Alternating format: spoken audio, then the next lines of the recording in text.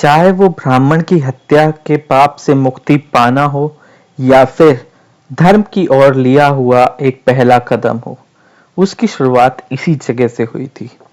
Hello दोस्तों, मैं भरत शर्मा स्वागत करता हूं आप लोगों का आपके अपने चैनल इन्फोबस क्रिएशंस पे।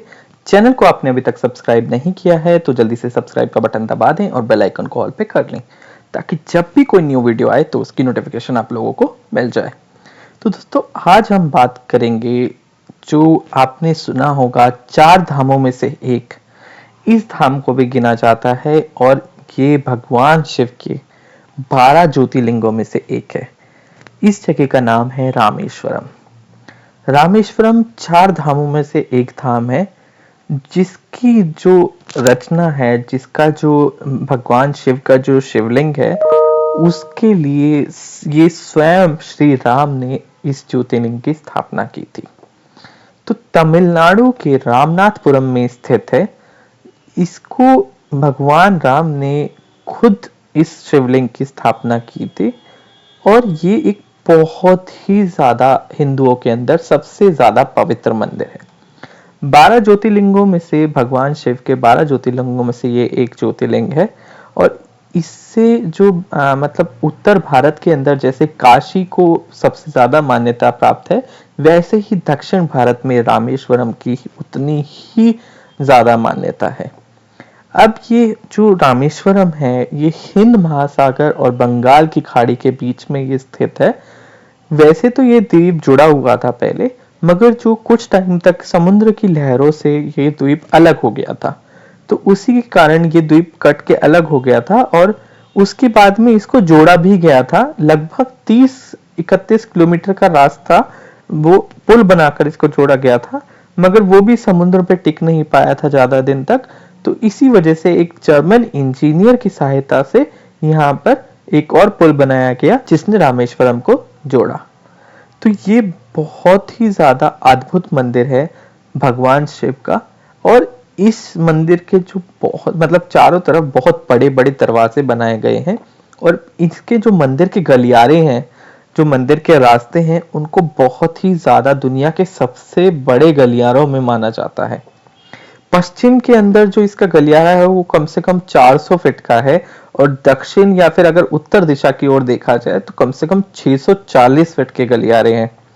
और इनका जो गलियारों के अंदर जो ओवरऑल है वो कम से कम 1212 पिलर हैं जिनके ऊपर ये गलियारे स्थित है।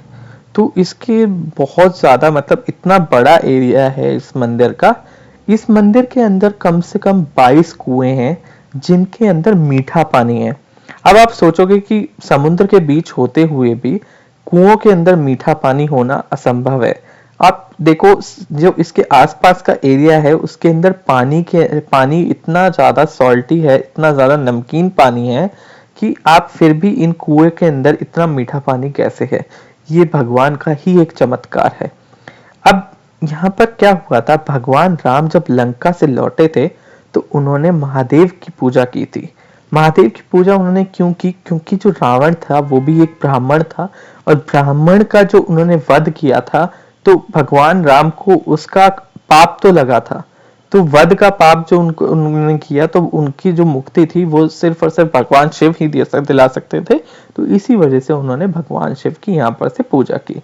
यही नहीं, इवन जब राम जी ने रास्ता बनाया था लंका तक के लिए, तो उसका जो लंका का जो रास्ता बना था वो भी यहीं से ही गया था। तो यहीं और माना जाता है कि जो भगवान राम की विभीषण से मुलाकात हुई थी वो भी इसी जगह पे ही हुई थी। तो यहाँ पर क्या हुआ था कि भगवान राम जो थे वो एक बारी के लिए यहाँ पर जब शिवलिंग की स्थापना कर रहे थे, तो उन्होंने क्या किया, हनुमान जी को बोला कि आप हिमालय पर्वत पे जाएं और वहां से शिवलिंग लेके आएं जिसकी स्थापना यहाँ पर की जाएगी। अब हनुमान जी थोड़ा सा लेट हो गए थे, तो इतने में माता सीता ने क्या किया, माता सीता ने एक शिवलिंग जो समुद्री रेत थी उसी से शिवलिंग बनाया और वहां पर उन्होंने अच्छे तरीके से उनका शिवलिंग को वहां पर बना दिया। तो जब भगवान राम ने देखा तो उन्होंने उसी शिवलिंग की पूजा करी और उसी शिवलिंग की पूजा करके भगवान शिव से आराधना की, तो उनको पापों से मुक्ति मिले उस चीज की। तो उसी के बाद में जब हनुमान जी वापस आए उस शिवलिंग को लेके, तो उसकी भी स्थापना यहाँ पर की। मगर माना जाता है कि जो शिवलिंग मेन है वो माता सीता ने जो समुद्री रेत है उसके द्वारा बनाया था। उसके बाद में यहाँ पर कई राजाओं ने मतलब जो बाद में जो ब्राह्मण हैं उन्होंने भी आके यहाँ पर बहुत सारी तपस्या की है। इवन जो ब्रिटिशर्स थे उनको भी रामेश्वरम की बहुत ज्यादा मान्यता पता है।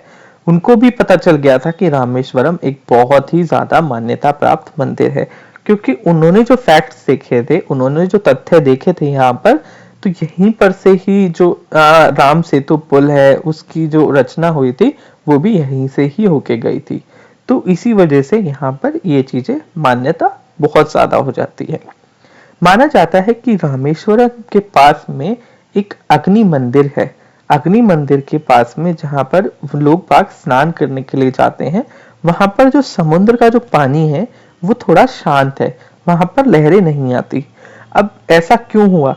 क्योंकि जब भगवान राम जब सीता जी की खोज कर रहे थे तो उन्होंने समुद्र से शांति रहने के लिए कहा था, और उन्होंने लहरों को जब छुआ था तो समुद्र वहां से शांत हो गया था। तो इसी वजह से वहां पर से लहरें नहीं आती हैं और वहां से जो है वो शांत रहता है। उसे अग्नि तीर्थ के भी नाम से कहा जाता है, जहां पर लोग बाग जाते हैं और यहाँ पर मतलब अग्नि तीर्थ में यहाँ पर स्नान करते हैं। उसके बाद में मंदिर में जाके भगवान शिव के दर्शन भी करते हैं। इस मंदिर के अंदर लगभग 22 कुंड हैं, जिनमें हर जगह मतलब जितने भी तीर्थ हैं उनका पानी रखा गया है। अब आप सोचोगे कि इतने सारे तीर्थों का पानी एक इतने कुंडों में यहाँ पर रखा गया है। इसी वजह से ये रामेश्वरम जो मंदिर है इसकी बहुत ज्यादा मान्यता है, और वहां पर माना जाता है कि उन कुंड के पानियों से लोग बाग स्नान भी करते हैं, वो अपने ऊपर छिड़काव भी करवाते हैं। जिसका मंदिर के अंदर थोड़ा सा उन्होंने प्राइस भी रखा हुआ है कि मतलब अराउंड 20 से 25 रुपए है, जिसका जो पानी का जो छिड़काव है आपके ऊपर जो होगा तो उसके लिए उन कुंड में से पानी आपके ऊपर छिड़का जाएगा, तो उसका वो प्राइस है। तो रामेश्वरम मंदिर इतना ज्यादा आधुनिक बनाया था उन्होंने बाद में, क्योंकि जो जर्मन इंजीनियर्स है उन्होंने उसके लिए पुल बनाया था उसके कनेक्ट करने के लिए। तो रामेश्वरम की बहुत ही ज्यादा मान्यता है, और भगवान राम द्वारा स्थापित यहाँ का शिवलिंग आज भी बहुत ज्यादा मान्यता प्राप्त है। तो दोस्तों आशा करता हूँ आप लोगों को वीडियो पसंद आया होगा। वीडियो पसंद आया हो तो लाइक करें, शेयर करें अपने दोस्तों के साथ में। आज की वीडियो में इतना ही। धन्यवाद।